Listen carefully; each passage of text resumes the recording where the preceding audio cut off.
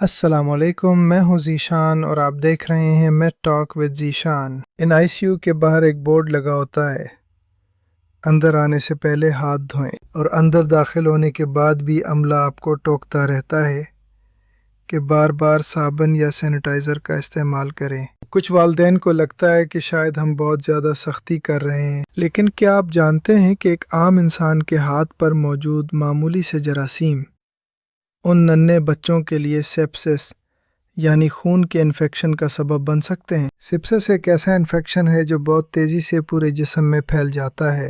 آج ہمارا ایپیسوڈ 06 ہے اور آج ہم بات کریں گے کہ صفائی کے یہ اصول آپ کے بچے کی زندگی کیسے بچاتے ہیں۔ این آئی سی یو میں موجود بچے خاص طور پر وقت سے پہلے پیدا ہونے والے بہت نازک ہوتے ہیں۔ ان کا مدافعتی نظام ابھی پوری طرح تیار نہیں ہوتا، وہ بیرونی حملوں کا مقابلہ نہیں کر سکتے۔ جو جراثیم ہمیں کچھ نہیں کہتے، وہ ان کے پھیپھڑوں یا خون پر حملہ کر کے انہیں شدید بیمار کر سکتے ہیں۔ بچوں کے ساتھ لگی ڈرپ، نالی یا سانس کی ٹیوب جراثیم کے لیے جسم کے اندر جانے کا ایک آسان راستہ بن سکتی ہے۔ یہ راستے زندگی بچانے کے لیے ہیں، لیکن صفائی نہ ہو تو یہ جراثیم کی شاہراہ بن سکتے ہیں۔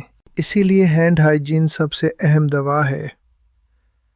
یہ ہر اینٹی بائیوٹک سے بہتر کام کرتی ہے۔ این آئی سی یو میں ہاتھ دھونا صرف پانی بہانا نہیں ہے، یہ ایک باقاعدہ عمل ہے۔ جب آپ پہلی بار اندر آئیں تو صابن سے انگلیوں سے لے کر کہنیوں تک اچھی طرح رگڑ کر دھوئیں۔ کم از کم 20 سیکنڈ تک رگڑیں تاکہ کوئی بھی گوشہ باقی نہ رہے۔ جراثیم کہیں بھی چھپ سکتے ہیں۔ انگوٹھیاں، گھڑیاں اور چوڑیاں اتار دیں، کیونکہ ان کے نیچے لاکھوں جراثیم چھپے ہوتے ہیں۔ یہ زیورات جراثیم کے لیے محفوظ پناہ گاہ فراہم کرتے ہیں جو دھونے سے بھی ختم نہیں ہوتے۔ موبائل فون کا استعمال، یہ سب سے اہم پوائنٹ ہے۔ موبائل فون جراثیم کا گھر ہے، بمشکل ہی کوئی اسے صاف کرتا ہے۔ ہم اسے ہر جگہ لے جاتے ہیں اور اس پر ٹوائلٹ سیٹ سے بھی زیادہ جراثیم ہو سکتے ہیں۔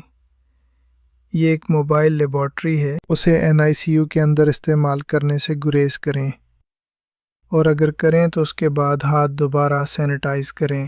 اگر آپ کو زکام، کھانسی یا بخار ہے تو چاہے آپ بچے کے والدین ہی کیوں نہ ہوں، ڈاکٹر کو ضرور بتائیں۔ آپ کا ایک چھوٹا سا وائرس بچے کے لیے نمونیا بن سکتا ہے، جو ہمارے لیے معمولی ہے، ان کے لیے جان لیوا ہے۔ اسی طرح رشتہ داروں کی بڑی تعداد کا این آئی سی یو کے باہر جمع ہونا یا اندر آنے کی ضد کرنا بچے کے حق میں بہتر نہیں ہے۔ آپ کے صاف ہاتھ آپ کے بچے کی زندگی کی ضمانت ہیں۔